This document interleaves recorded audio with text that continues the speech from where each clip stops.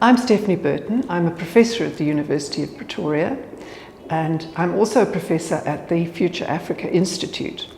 My field is biochemistry, biochemistry engineering, and over a period of about 20 years I've conducted research in that area in fields to do with sustainability. Future Africa is an institute that was set up by the University of Pretoria.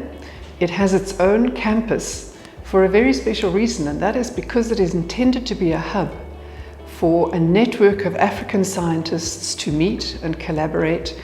And we have a number of projects, research projects, which look at things like sustainability, but also connectivity across Africa, communication, what kind of education we should be developing, how health is affected by environment, and very complicated subjects like that require multidisciplinary approaches. I was born and brought up in what is now Zimbabwe. The challenge for me growing up was that it was the time when we were all living through an independence war. I did chemistry, physics and maths for first year.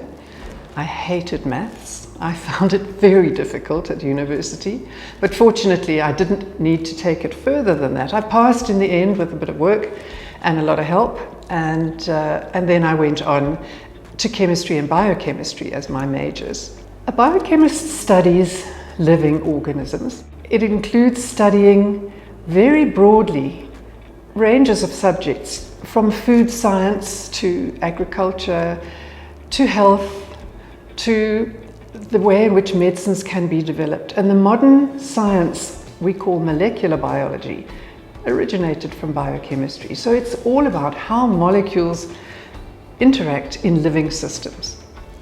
So what does a biochemist do? It depends on what they choose to do. If your interest is in health, medical aspects of health, well, then you can work in that area and study, for example, diseases. If what you're interested in is growing plants, you can look at the way in which you can improve plants. You'll be working with those living organisms, mostly in a laboratory doing an analytical kind of testing. But of course, if you go to more applied areas, then maybe you work in a factory, maybe you work on a farm, maybe you work in a hospital.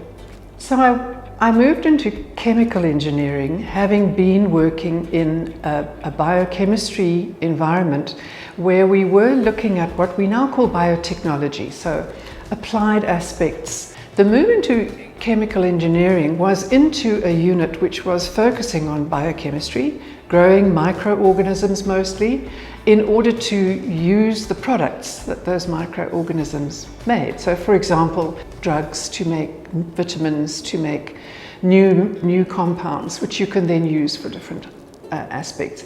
But in order to do that, you need the kind of approach and the kind of equipment that engineers use. You need to be able to scale things up, make things happen efficiently.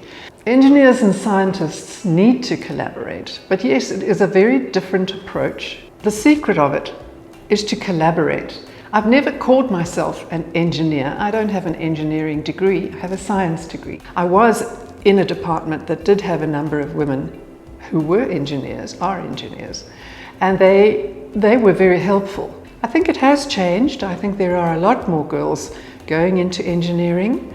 I know of many girls who have gone particularly into chemical engineering, but electrical engineering and areas like data science also use the kind of approaches that engineering use. So my advice to young people who are thinking about going into scientific careers, first of all, decide on the kind of area that interests you. Do what excites you. Choose an area that you think you would like to know more about and that you would like to make a difference in. And then look at what you need. Most scientists need a basis which includes the kind of science subjects that you do at school. There is no doubt that you all need mathematical training. But beyond that, I think any area of science can be very exciting and very satisfying, and there are questions to be answered in all areas of science. But it is really important to be excited by what you do, because it's hard work and you have to learn a great deal.